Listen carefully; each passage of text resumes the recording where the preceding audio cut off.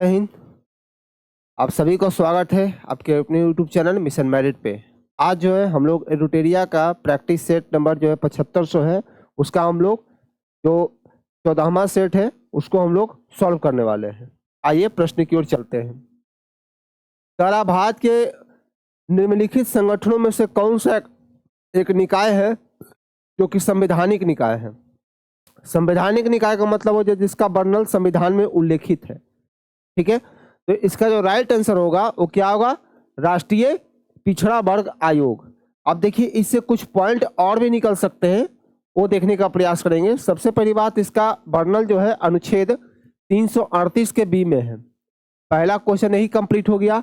दूसरा आपका है कैमा अमेंडमेंट में 102 अमेंडमेंट 2018 में इसको पारित किया गया था। क्लियर हो गया। तीसरा आपका निकल सकता है पॉइंट कि राष्ट्रीय मानवाधिकार आयोग का गठन कब हुआ था, तो 12 अक्टूबर 1993 को। ठीक है, और बोलेगा राष्ट्रीय विधिक आयोग का स्थापना तो आपका 1955 में, और राष्ट्रीय उपभोक्ता का तो 1988 हो गया। तो ये 4 पॉइंट जो आपको निकल रहा था मेन हम आपने वहां पे सॉल्व करा दिए। आपको कोई भी पूछेगा कि किस आर्टिकल में है तो 338 का बी में है। आपका कैमा संविधान संशोधन तो 102 2018 में इसको पारित किया गया था। मानवाधिकार 12 अक्टूबर 1993 को पारित हुआ था, और 1955 में राष्ट्रीय विधिक आयोग, और उपभोक्ता निवारण 1988 में। क्लियर हो गया। चलिए अब हम लोग चलते हैं नेक्स्ट पॉइंट की तरफ, यानी कि अगला प्रश्न। अगला क्या कहता है, देखिएगा, कह रहा है कौन सा भारत के राष्ट्रपति के संदर्भ में सही स्टेटमेंट है। तो राष्ट्रपति के संदर्भ में कह रहा क्या कि भारतीय संविधान के अनुच्छेद 52 में राष्ट्रपति की योग्यता का वर्णन है, बिल्कुल नहीं है, गलत हो गया यहीं से। दूसरा क्या कह रहा है कि भारत में अब तक किसी भी राष्ट्रपति पर महाभियोग नहीं लगाया गया, तो ये स्टेटमेंट बिल्कुल सही है, यानी कि ऑप्शन थर्ड आपका सही है। लेकिन इससे भी 3 से 4 प्रश्न और बन सकते हैं। कहिए कैसे। आइए, कह रहा है 52 नंबर 52 में क्या है, तो भारत में एक राष्ट्रपति होंगे। भारत में एक राष्ट्रपति 52 में कहा गया है, और 54 में कहा गया है राष्ट्रपति को लेकर निर्वाचक मंडल होंगे। निर्वाचक मंडल प्रक्रिया जो होगी उनकी। ठीक है, 58 में जो कहा गया है उनकी योग्यता का चर्चा किया गया है। ठीक है, 58 में योग्यता के बारे में है। 61 में क्या कहा गया है कि महाभियोग अगर लगेगा राष्ट्रपति पे तो किस आर्टिकल में, अनुच्छेद 61 में। ठीक है, और 72 जो कहा गया है कि राष्ट्रपति किसी भी व्यक्ति को क्षमादान दे सकते हैं, तो कितना में, 72 के माध्यम से। क्लियर हो गया। तो यहां तक आपका पॉइंट आपका एकदम क्लियर हो गया कि कोई भी आर्टिकल आएगा तो आप उसको सॉल्व करने के लायक सक्षम है। ठीक है, दिक्कत। चलिए अब हम लोग अगले प्रश्न की तरफ चलते हैं। यहां तक आपका कंप्लीट हो चुका है, यानी कि क्वेश्चन नंबर 2। अब 3 पर चलते हैं। भारतीय संविधान में राष्ट्रपति के चुनाव की प्रक्रिया किस देश से अडॉप्ट की गई है। 4 ऑप्शन दिया गया है, लेकिन चारों में ऑप्शन आपका जो है वो आपका करेक्ट आंसर जो है वो नहीं है, कोई और होगा। तो कोई क्या है देखने का प्रयास करेंगे। पहले हम इसका चर्चा कर लेते हैं, आंसर आपको लास्ट में बताएंगे। देखिए, बोलेगा न्यायिक पुनर्विलोकन। न्यायिक पुनर्विलोकन जो है कहां से लग गया है, तो आपका अमेरिका से। कहां से, अमेरिका से अडॉप्ट किया गया है। ठीक है, ब्रिटेन से क्या, तो संसदीय प्रणाली।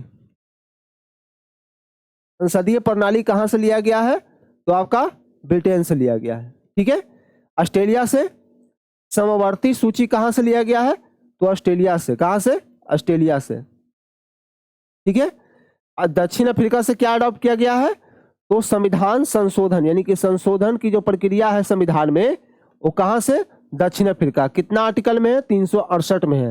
भाग पूछेगा तो भाग आपका 20 में है।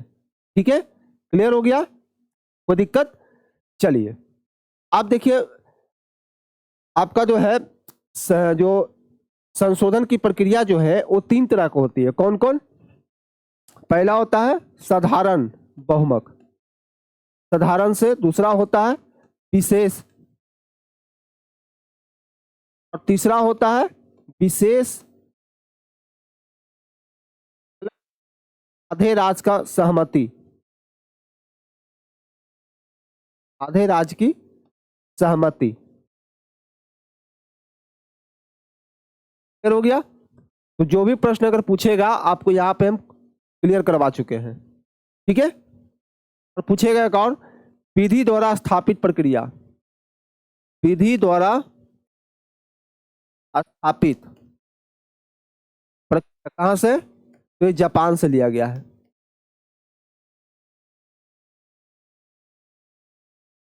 शासन ब्रिटेन से, लेकिन विधि के द्वारा स्थापित प्रक्रिया जापान से। कोई दिक्कत? चलिए अब हम लोग नेक्स्ट चलते हैं। यहां तक आपका फैक्ट क्लियर हो चुका है। नेक्स्ट बढ़ते हैं। और सॉरी, हाँ, इसका राइट आंसर होगा दोस्तों, राष्ट्रपति के चुनाव की प्रक्रिया ये आपका आयरलैंड से लिया गया। कहाँ? आयरलैंड से, क्योंकि आंसर तो बताए नहीं थे। कहां से? आयरलैंड से। आपका डीपीएसपी, डीपीएसपी भी कहां से लिया गया है? तो आपका आयरलैंड से, जो कि क्या है कि राज्य के हित में जो लोक कल्याणकारी राज्य की स्थापना करना, यानी कि राज्य के नीति निर्देशक तत्व, ये कहां से अडॉप्ट किया गया है? तो आपका आयरलैंड से अडॉप्ट किया गया है। बोलेगा डीपीएसपी भाग कितना में है? तो ये भाग 4 में है। कितना में? 4 में है। ठीक है, हो गया। चलिए अब हम लोग चलते हैं अगले प्रश्न की ओर। भारत में न्यायपालिका द्वारा रीट जारी करने का प्रावधान ये कहां से लिया गया है? जो रीट जारी होता है वो कहां से अडॉप्ट किया गया है? चलिए जैसे देखिए, सुप्रीम कोर्ट जो है रीट जारी करती है किस आर्टिकल के तहत? तो 32 के तहत। वही हाई कोर्ट जारी करती है कितना के तहत? तो आर्टिकल 216। कितना? 216। ठीक है।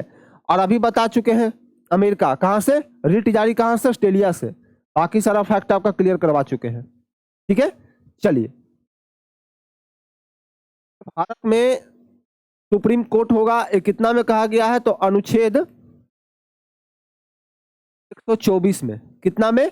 124 में चर्चा है। ठीक है, क्लियर हो गया। चलिए नेक्स्ट चलते हैं। संविधान के किस अनुच्छेद में वर्णित है कि भारत के उच्चतम न्यायालय एवं उच्च न्यायालय की समस्त कार्यवाही जो है वो अंग्रेजी भाषा में निहित होगी? क्योंकि जितना भी प्रक्रिया होगा सुप्रीम कोर्ट, हाई कोर्ट का, वो आपका किस लैंग्वेज में होगा? तो अंग्रेजी में होगा। लेकिन वो किस में वर्णित है, किस आर्टिकल में? तो 348। कितना? 348 में कहा गया है।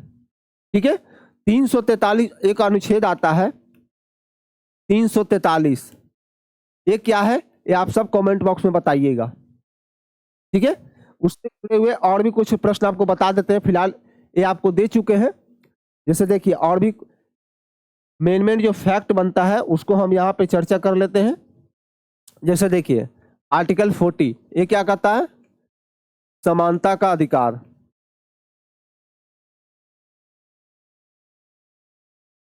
आर्टिकल 16 ये क्या है?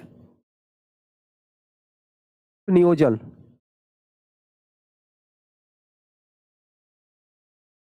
यानी कि अफसर की समानता।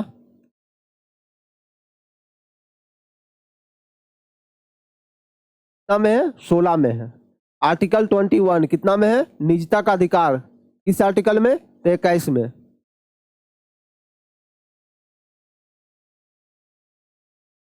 का अधिकार कितना है? 21 में है। उसके बाद पूछेगा, आपसे पूछ सकता है जैसे 17 में क्या है? अस्पृश्यता। आर्टिकल में है? 17 में है। 18 में क्या है? तो उपाधियों का अंत है। उपाधियों का अंत। और 15 तो आप जानबे करते हैं। 15 में क्या है? तो किसी भी व्यक्ति को धर्म से लेकर के या जाति, समुदाय, ये सबसे भेदभाव से बचना चाहिए। उसको उसके खिलाफ में जो है टिप्पा टिप्पणी नहीं करना चाहिए। तो 21 में कहा गया है, 15 में कहा गया है। तो कुछ जो मेन पॉइंट थे वहां पे हम आपको क्लियर करवा चुके हैं। और एक आर्टिकल आता है आपका 38 में कहा गया है कल्याणकारी राज्य की स्थापना करना। लोक कल्याणकारी में है 38 में कहा गया है। ठीक है, चलिए क्लियर हो गया। अब हम लोग चलते हैं अगले प्रश्न की ओर, यानी कि नेक्स्ट प्रश्न की ओर चलते हैं। कहा गया संविधान के किस आर्टिकल में कहा गया है कि भारतीय संविधान का संक्षिप्त नाम भारत का संविधान है। भारतीय संविधान के किस अनुच्छेद में कहा गया है कि भारतीय संविधान का जो नाम है यानी कि भारत का संविधान वो किस आर्टिकल में वर्णित है। किसमें है तो 393। कितना में 393 में ये वर्णित किया गया है। ठीक है, एक आता है कैबिनेट मिशन, बोलेगा कैबिनेट की चर्चा जो है, कैबिनेट कितना में कहा गया है, किस आर्टिकल में। कैबिनेट शब्द जो है ये आर्टिकल कितना में कहा गया है, तो इसका जो आंसर होगा आप सब कमेंट बॉक्स में जरूर पिन कीजिएगा। एक क्वेश्चन आपके लिए छोड़ के जा रहे हैं। ठीक है, ये अब हम लोग अगले प्रश्न की ओर चलेंगे, यानी कि क्वेश्चन नंबर 7 में चलेंगे। ठीक है, जैसे पूछा गया है भारत राज्यों का संघ होगा, भारत राज्यों का संघ है, कितना में है तो 1 में है। कितना में तो आर्टिकल 1 में कहा गया है। ठीक है, भारत राज्यों का संघ है 1 में। ठीक है, चलिए अब हम लोग नेक्स्ट चलते हैं। देखिए कह रहा है, अब ज्योग्राफी से कुछ प्रश्न आ गए हैं। कह रहा है कौन सी नदियां जो है पूर्वी घाटी से निकलती है। कौन सा ऐसा नदी है जो पूर्वी घाट से निकलती है, ब्राह्मणी, नागबली, स्वर्णरेखा या बसंधरा। ठीक है, घाट से निकलने वाली नदियां जो है नागबली है और बसंधरा है, यानी कि 2 और 4। ऑप्शन बी आपका राइट आंसर होगा। ठीक है, ऑप्शन बी यानी कि नागबली और बसंधरा। ठीक है, चलिए वो बोलेगा पूर्वी घाट का सबसे गहरा बिंदु क्या है, तो विशाखापत्तनम। ठीक है, नेक्स्ट चलते हैं। प्रति चक्रवात के संबंध में कौन सा स्टेटमेंट सही बोला गया है। बोला प्रति चक्रवात के संदर्भ में कौन सा स्टेटमेंट सही है। आइए प्रश्न पढ़ते हैं। तो इसमें कहा गया है क्या, तो देखिए इसके केंद्र वायु उच्चतम होता है, इसके केंद्र में वायु दाब उच्चतम होता है, इसमें हवा की दिशा केंद्र से परिधि की ओर होती है, ये भी हमारा सही है। ठीक है, भूमध्य रेखीय भागों में इसका पूर्णता अभाव रहता है, बिल्कुल सही है। यानी कि उपयुक्त में से सभी क्या होगा, उपयुक्त में से सभी, यानी कि ऑल ऑफ दीज इसका राइट आंसर होगा। ठीक है, चलिए नेक्स्ट चलते हैं। महासागर की भूपटपट्टी में मुख्य रूप से किसकी ये बहुलता अधिक होती है, सिलिका, मैग्नीशियम, एल्युमिनियम या सारे, यानी कि ए और बी दोनों होता है, यानी कि ए और बी दोनों, यानी कि ऑप्शन डी आपका राइट आंसर होगा। ठीक है, क्लियर हो गया। चलिए कौन सा स्टेटमेंट इसमें सही है, तो पढ़ते हैं पहले और जानने का प्रयास करते हैं। तो कहा गया पृथ्वी के ऊपरी परत को भूपटपट्टी कहते हैं, बिल्कुल सही है, जिसकी मोटाई गहराई 3500 किलोमीटर तक होती है, एकदम सही है, कोई गलत नहीं है। समुद्र तल पर भूपटपट्टी की मोटाई 5 किलोमीटर तक होती है, ये भी हमारा स्टेटमेंट सही है। और भूपटपट्टी के नीचे मेटल यानी कि 2900 किलोमीटर की गहराई तक फैला हुआ है, तो सारे स्टेटमेंट हमारा सही, यानी कि ऑप्शन डी इसका राइट आंसर होगा। ठीक है, क्लियर हो गया। चलिए नेक्स्ट चलते हैं। ये आपका हिस्ट्री से प्रश्न आ गया, तो हिस्ट्री से भी प्रश्न हम देखने का प्रयास करेंगे। फिलहाल प्रश्नों को प्रश्न लेते हैं। एहोल शिलालेख से संबंधित कथनों पर विचार कीजिए। ठीक है, कहा गया या ब्राह्मी लिखे में लिखा गया है, बिल्कुल नहीं। ये किस भाषा में है, तो संस्कृत में है। इसमें संस्कृत भाषा में लिखा गया है। ठीक है, अब देखते हैं सेकंड। इसमें पुलकेशिन द्वितीय द्वारा हर्षवर्धन की पराजय का उल्लेख है, बिल्कुल सही है। इसे रवि कीर्ति ने लिखा था, बिल्कुल सही है। यानी कि ऑप्शन 2 और ऑप्शन 3 दोनों सही है, लेकिन एक आपका गलत हो जाएगा। ठीक है, चलिए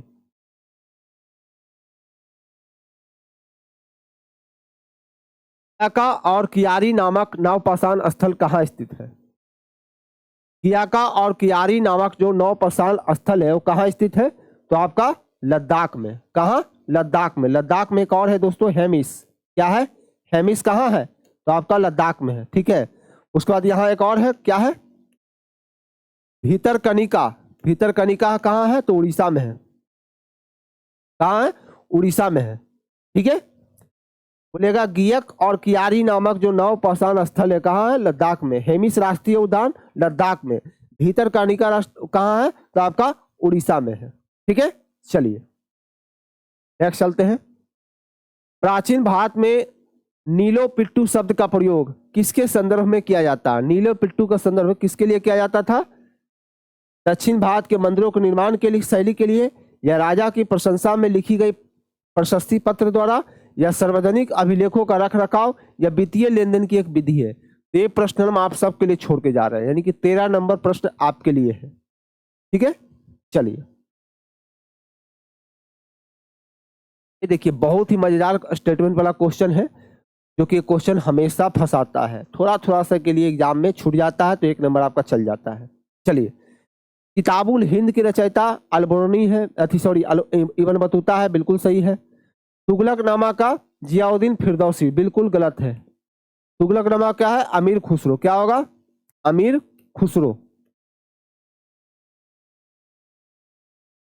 स्टेटमेंट हमारा सही है, गलत हो गया। शाहनामा के फिरदौसी है, ये भी हमारा सही है। और तहकीक हिंद का अबू बकर है, बिल्कुल नहीं, ये इसका हो गया अलबरूनी।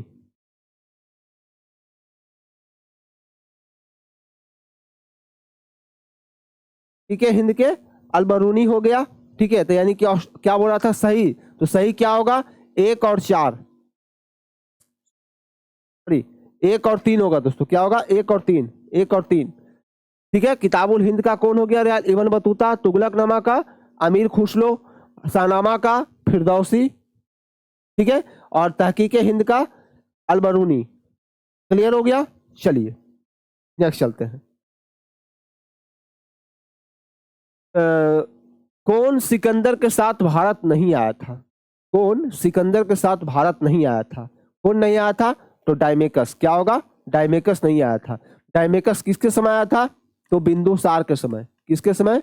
बिंदुसार के समय आया था। कौन आया था? डायमेकस। ठीक है, बाकी सब आया था, निराकस था, ऑर्नियोक्रियस था, अरिस्टोबुलस था, सब आया था सिकंदर के समय, लेकिन डायमेकस जो था वो बिंदुसार के समय आया था। ठीक है, चलिए किस मौर्य स्तंभ के शीर्ष पर एक विशाल हाथी स्थापित किया गया है? कह रहा है किस मौर्य स्तंभ के शीर्ष पर एक विशाल हाथी स्थापित किया गया है? सारनाथ, नंदनगढ़ स्तंभ, या रामपुरवा स्तंभ? किसके पर? तो ये आपका रामपुरवा स्तंभ पे। किस पे? रामपुरवा स्तंभ पे। ठीक है, चलिए सारनाथ आपका कहाँ? यूपी में है। कहाँ? यूपी में है। चलिए, पानीपत के तृतीय युद्ध के पश्चात मराठा पेशवा कौन बना था? फटाफट बताइएगा। ये क्वेश्चन हम आप सबके लिए छोड़े हैं, कमेंट में 2 क्वेश्चन आपके लिए छोड़ के जा रहे हैं। ठीक है, कि पानीपत के तृतीय युद्ध के पश्चात मराठा पेशवा कौन बना था? दूसरा प्रश्न हम आप सबके लिए छोड़े हैं। ठीक है, चलिए कौन फारसी का प्रथम कवि था जिसने अपनी कविता में भारतीय पर्यावरण को चित्रित किया था? अमीर खुसरो, अमीर हसन, या फैजी, या ए और बी दोनों? तो क्या होगा? ए और बी दोनों, यानी कि अमीर खुसरो भी थे और अमीर हसन भी थे।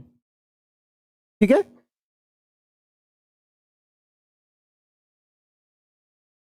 नेताओं में से किसने द्वितीय गोलमेज सम्मेलन में भाग पार्टिसिपेट नहीं किया था? तो कौन थे? राजेंद्र प्रसाद। ठीक है, इन्होंने भाग नहीं लिया था। महात्मा गांधी जो थे वो दूसरे में भाग लिए थे। और पूछेगा आपसे कि तीनों में भाग लेने वाले, तीनों गोलमेज में भाग लेने वाले व्यक्ति कौन थे? कौन थे? B.R. अम्बेडकर।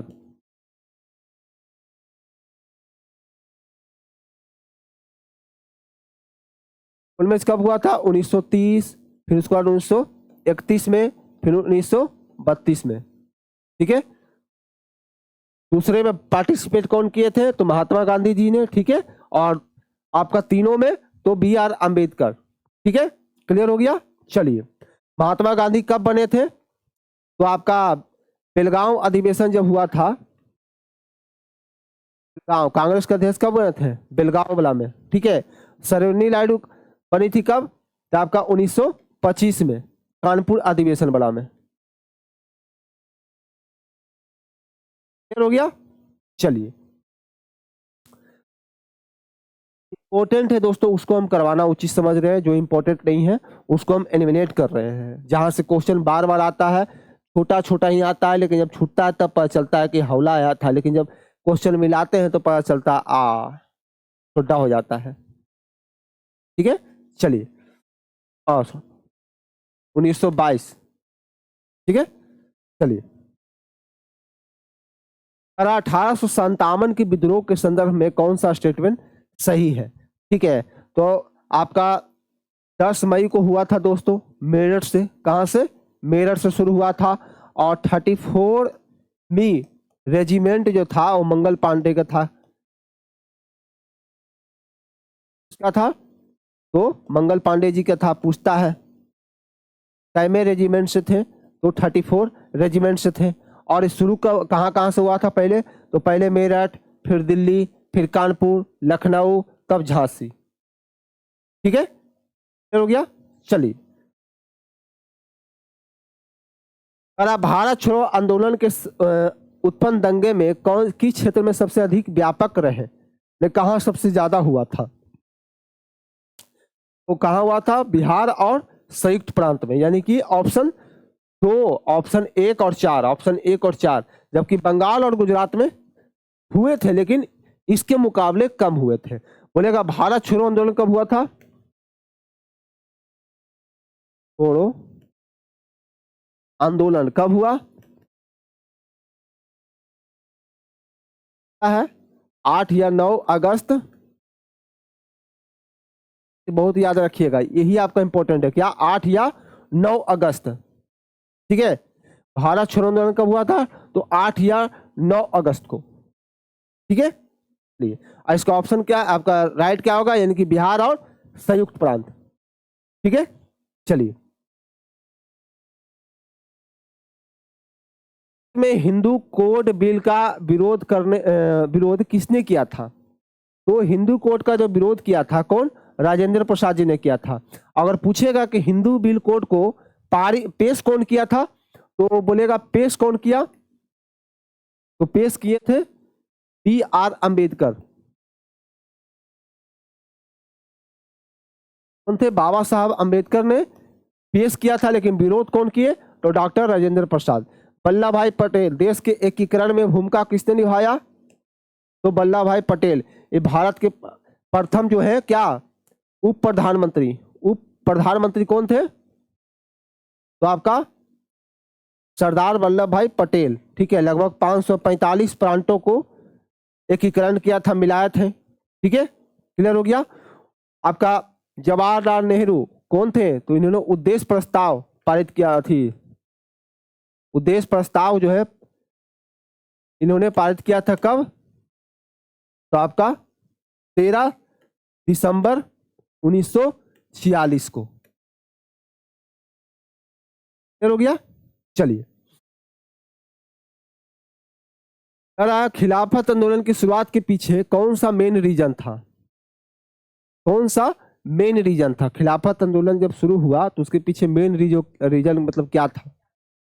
अंग्रेजों द्वारा खलीफा पर बहुत सख्ती थोपना, या जलियांवाला हत्याकांड, या अंग्रेजों द्वारा मुस्लिम के लिए पृथक निर्वाचित व्यवस्था को वापस लेना, या उपयुक्त में से कोई नहीं। तो ये तीसरा क्वेश्चन भी हम आप सबके लिए छोड़े हैं, यानी 3 क्वेश्चन आपके लिए हम दे के जा रहे हैं। कमेंट बॉक्स में इसका जवाब आप जरूर दीजिएगा।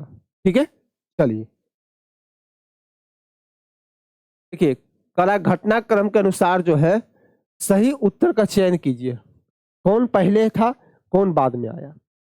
ठीक है, चलिए देखते हैं।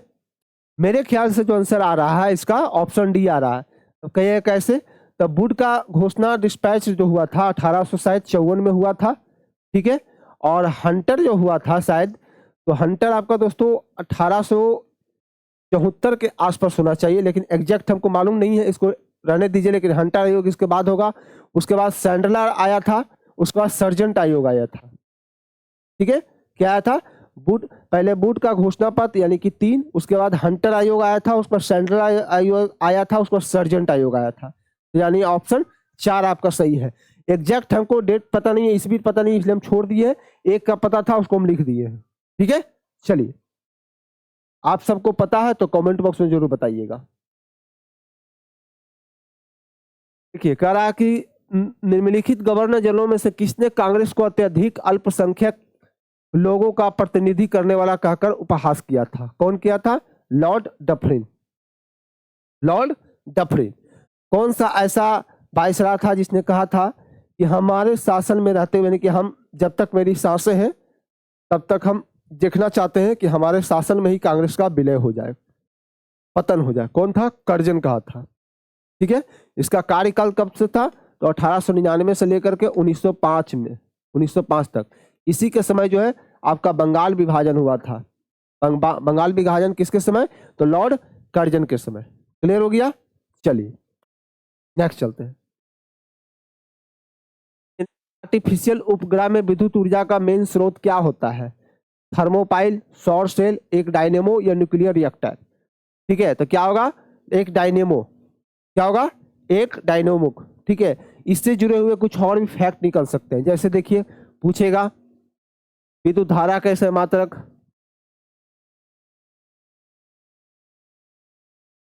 कैसे मात्रक, फिर विद्युत शक्ति का पूछेगा,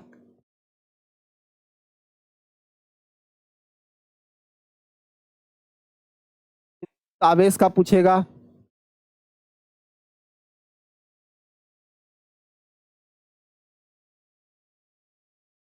फिर विद्युत धारिता का पूछ सकता है,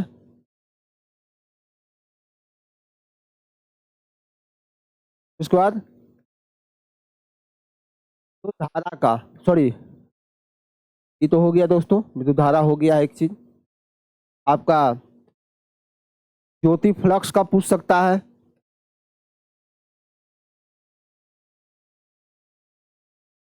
ठीक है। तो आज आपके पूछ सकता है तरंगदैर्घ्य का,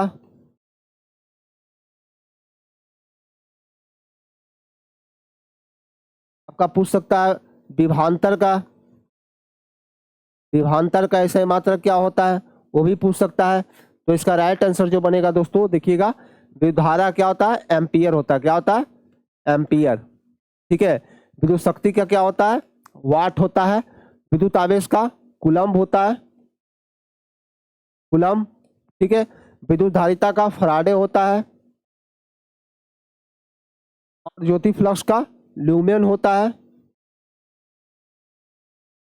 और तरंगदैर्घ्य का एंगस्ट्रम होता है। क्या होता है? एंगस्ट्रम। और विभवांतर का क्या होता है? तो वोल्ट होता है। क्या होता है? वोल्ट। तो ये कुछ जो है एसआई यूनिट था जो हम सबको, आप सबको बता चुके हैं।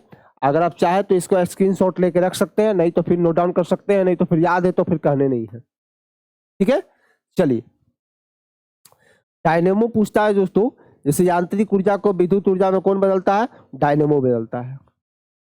ठीक है, चलिए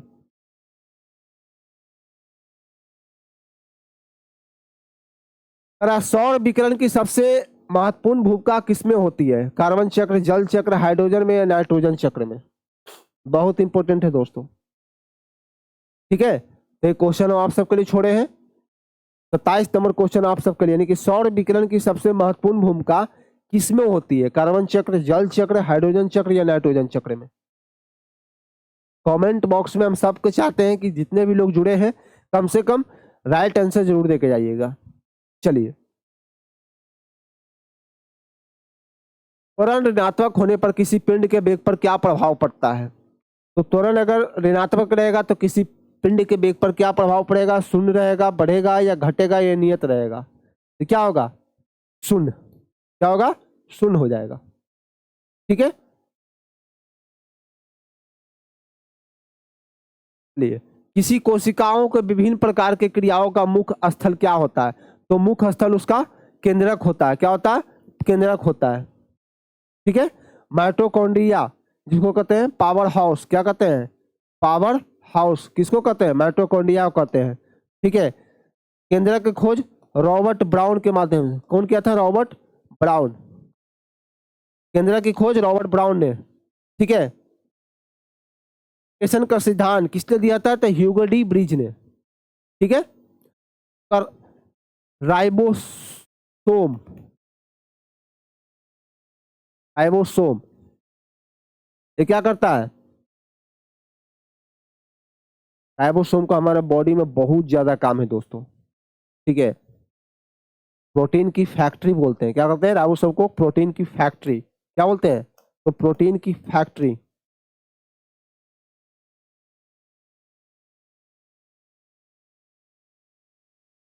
लाइसोसोम रहता है एक, लाइसोसोम, ये क्या होता है? तो इसको हम लोग कहते हैं सुसाइडल बॉम्ब, यानी कि आत्महत्या की थैली।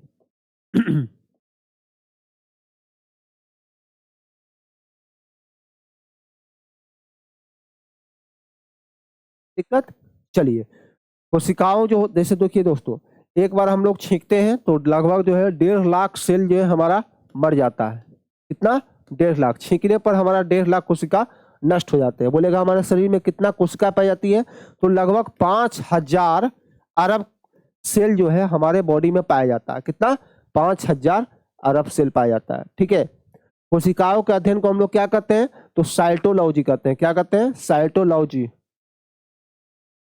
कोशिकाओं के अध्ययन क्या कहते हैं? साइटोलॉजी कहते हैं, ठीक है। सबसे बड़ा अगर पूछेगा सबसे बड़ा कोशिका किसका होता है, तो सबसे बड़ा क्या बोलिएगा? शुतुरमुर्ग के अंडे का, शुतुरमुर्ग के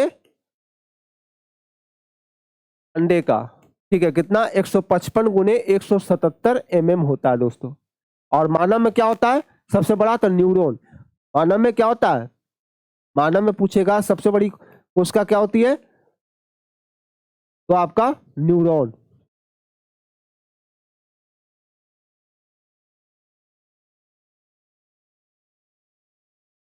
क्लियर हो गया? रेनिन, रेनिन का स्राव कहाँ से होता है? तो रेनिन का स्राव जो आपका होता है वो कहाँ से होता है? लाल ग्रंथियों से, अग्नाशय से, या जठर ग्रंथियों से, इनमें से सभी से, ठीक है। तो रेनिन का कहाँ होता है? जठर ग्रंथियों से होता है। कहाँ से? जठर ग्रंथियों से, ठीक है। अग्नाशय को हम लोग क्या बोलते हैं दोस्तों? तो इसको हम लोग मिक्स ग्लैंड के नाम से जानते हैं। क्या कहते हैं? मिक्स ग्लैंड किसको कहते हैं? तो अग्नाशय को कहते हैं। किसको? अग्नाशय को। यह दूसरी सबसे बड़ी ग्रंथि है। क्या? दूसरी सबसे बड़ी ग्रंथि, सबसे बड़ी क्या है? ग्रंथि है।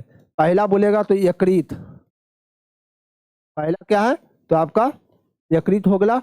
और दूसरा बोलेगा तो क्या होगा? तो आपका अग्नाशय, ठीक है। क्लियर हो गया? लाड़ में कौन सा आता है? तो लाड़ में आपका टाइलिन, क्या आता है? टाइलिन। देखते हैं टाइलिन, जब हम लोग रोटी वोटी खाते हैं तो मीठा किसके कारण होता है? टाइलिन उसमें एंजाइम पाया जाता है। हमारे आंखों में कौन सा? आंख के जो आंसू निकलते हैं, आंसू में कौन सा? तो लाइसोजाइम। क्या होता है? लाइसोजाइम। आंसू में कौन सा? आंसू में कौन सा एंजाइम? तो लाइसोजाइम।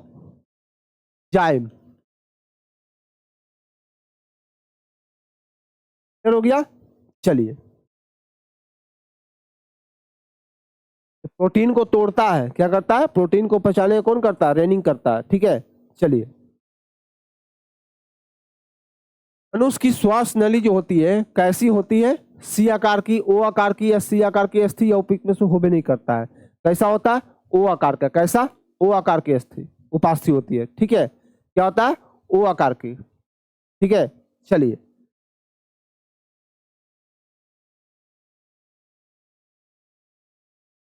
प्रत्येक जबड़े में अग्र चवर्णकों की संख्या कितनी होती है? प्रत्येक जबड़ा में जो होता है अग्र चवर्णों की संख्या कितनी होती है? 1, 2, 3 या 4? क्या होगा? 33 नंबर क्वेश्चन भी हम आप सबके लिए छोड़े हैं, ठीक है। यानी कि 4 क्वेश्चन आपका हो गया। लगभग 6 से 7 क्वेश्चन हम हर सेशन में देते हैं, ताकि इसका आंसर आप लोग जरूर दीजिएगा, ठीक है। चलिए। यकृत किसे संश्लेषित करता है? यकृत किसको संश्लेषित करता है? तो क्या होगा? यूरिया। क्या कहते हैं? यूरिया, ठीक है। रुधिर क्या है? तो एक संयोजी उत्तक है। क्या है? संयोजी उत्तक है। हो गया? कोई दिक्कत? चलिए। पीनियल ग्रंथि का स्राव कहाँ से होता है? पीनियल ग्रंथि का जो स्राव होता है वो कहाँ से होता है? देखिए, ऑक्सीटोसिन होता है प्यूस से। कहाँ से? प्यूस से होता है, प्यूस ग्रंथि से। एसोप्रीन भी होता है कहाँ से? प्यूस से। कहाँ से? प्यूस से। ठीक है, लेकिन बोला पीनियल ग्रंथि का स्राव जो होता है वो कहाँ से होता है? मेलाटोनिन से। कहाँ से? मेलाटोनिन से। ठीक है, चलिए।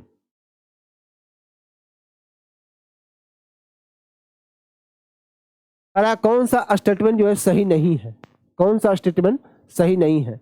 तो दालों में प्रोटीन की मात्रा प्रचुर होती है, बिल्कुल, लगभग 45 से 50% रहता है आपका प्रोटीन रहता है। दूध विटामिन का समृद्ध स्रोत है, बिल्कुल सही है। आप प्रमुख स्रोत पूछेगा तो गाजर हो जाएगा। बोलेगा अनाज कार्बोहाइड्रेट के अत्यंत अल्प स्रोत होते हैं, बिल्कुल नहीं। सब्जियां खनिजों का समृद्ध स्रोत होती है, ये भी हमारा क्या सही है, यानी कि अनाज कार्बोहाइड्रेट के अत्यंत अल्प स्रोत होते हैं, बिल्कुल नहीं। क्या आप सबको पता है कार्बोहाइड्रेट खाएंगे तो हमारा फैट बढ़ेगा, फैट बढ़ेगा तो हम जेसीबी नियर मोटा जाएंगे। ठीक है, लेकिन अनाज जो है कार्बोहाइड्रेट के अत्यंत अल्प मात्रा में स्रोत नहीं होती है, सीमित मात्रा में होती है। ठीक है, चलिए।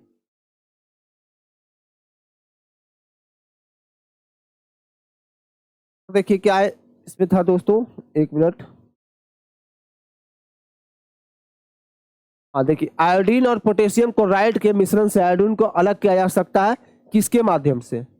आयोडीन और पोटेशियम के क्लोराइड को मिश्रण से आयोडीन को अलग किसके माध्यम से किया जा सकता है? ऊर्ध्वपातन के द्वारा, अपसादन, फिल्ट्रेशन या अपसादन। तो किसके माध्यम से किया जाएगा? तो आपका फिल्ट्रेशन के द्वारा। किसके माध्यम से? फिल्ट्रेशन के माध्यम से। ठीक है, चलिए। संघर्ष योगात्मक की उत्तरजीविता का संबंध किससे है? लैमार्क से, मंडलवाद से, डार्विनवाद से या ऑपरिनवाद से? जीवन के संघर्ष या योगात्मक किससे है? तो आपका डार्विनवाद से। किससे? डार्विनवाद। ठीक है, चलिए। भारतीय एक दिवसीय क्रिकेट टीम के प्रथम कप्तान कौन थे? भारतीय एक दिवसीय क्रिकेट टीम के प्रथम कप्तान कौन थे? तो क्या थे? अजीत वाडेकर। क्या थे? अजीत वाडेकर। ठीक है, एसेज, एसेज जो है कप है, एक किससे संबंधित है? तो आपका क्रिकेट से, जो कि ऑस्ट्रेलिया और किसके बीच? इंग्लैंड के बीच होता है। ठीक है, का नया स्वरूप क्या है? तो T20। क्रिकेट का नया स्वरूप क्या है? T20। T20 की शुरुआत कब हुई थी? 2007 में हुआ था। विजेता कौन हुआ था? तो आपका प्यारा भारत, इंडिया। फाइनल किसके बीच? तो इंडिया प्लस पाकिस्तान।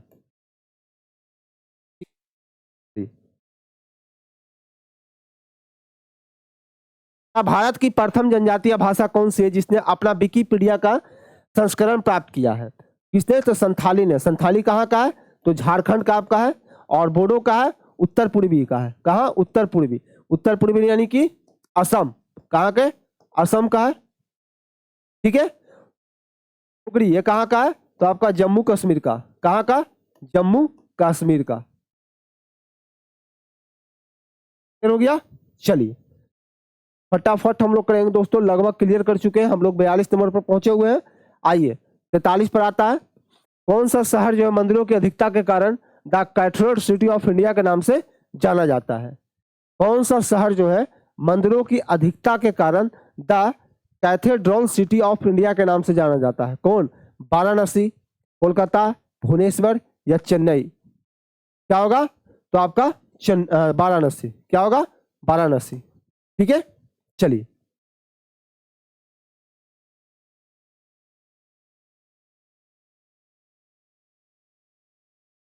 जारवा जनजाति दोस्तों का निवास स्थान कहाँ है? जारवा जनजाति का मेन निवास स्थान कहाँ है? अंडमान निकोबार, लक्षद्वीप, दादर नगर हवेली या पोर्ट ब्लेयर? कहाँ होगा? अंडमान निकोबार में। कहाँ? अंडमान निकोबार द्वीप समूह। ठीक है, चलिए। और कुछ मुख्य पॉइंट आपका हो गया है।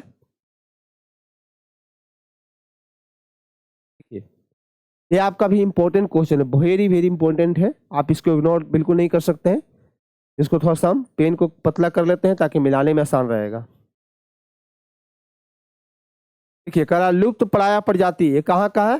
तो लॉयन टेल मैकेक। ठीक है, उसके बाद असुरक्षित प्रजाति बोलेगा तो नीली भेड़, ठीक है।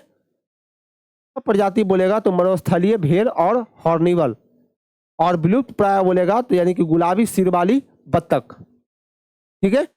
1 का 3 और 2 का 2, ठीक है। 1 का 3, 2 का 2 और 3 का 1 और 4 का 4, यानी कि ऑप्शन थर्ड आपका राइट आंसर है।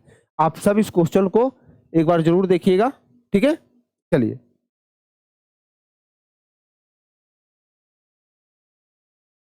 तो कुछ है नहीं दोस्तों, जो मेन था हम आपको कंप्लीट करवा चुके हैं, ठीक है। तो एक छोटा सा वीडियो था हमारा, आप इस वीडियो को जितना हो सके उतना जरूर शेयर कीजिएगा। अगला सेशन जो है हमारा है इकोनॉमिक्स के ऊपर होने वाला है।